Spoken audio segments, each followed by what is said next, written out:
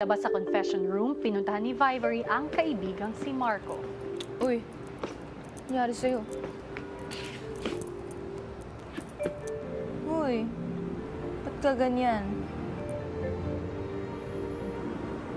After 2 months, that I understand your feelings, kisses, that I understand how you are, and I'm always the one that understand you.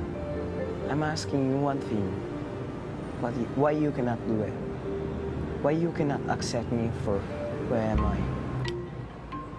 Ang sakit sa loob.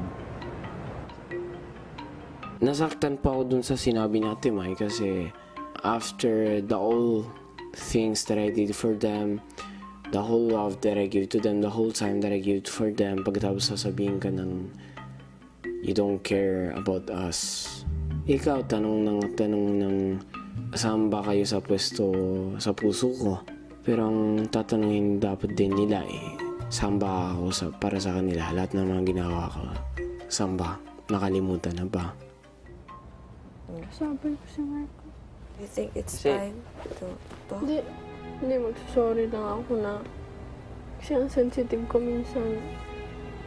Okay lang yun kung ganun talaga yung tato niya kay Vivery. Hindi ko alam. Sasaktan pa rin ako pero mas lalaki pa kasi kung... Kasi kuya, parang pinapa-feel po kasi ni Marco na mas importante yung isang tao kaysa sa amin.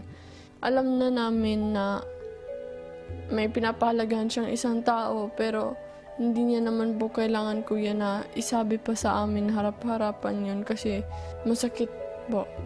Kisses, not now. Not now. Kisses, ano yun? Ano yun, kiss mo?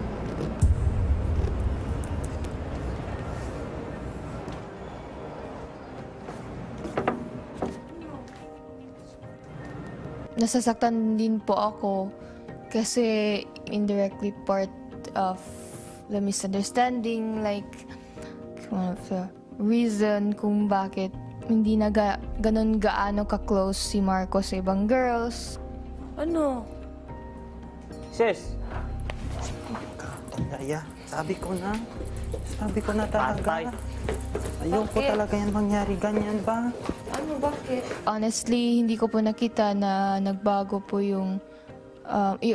si Marco, yung pagtrato niya po sa ibang girls. Feel bad na yun po yung naramdaman po nila, kuya. Intindihan ko naman po both sides. Not now daw.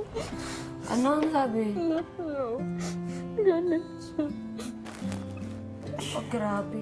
Christian! Oh my God, Christian! Naapektuhan lang po talaga ako sa change nung lagi na pong magkasama si Vivery at si Marco nung dati.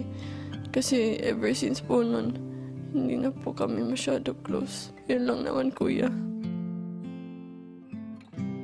Ayoko po talaga na nasasaktan ako.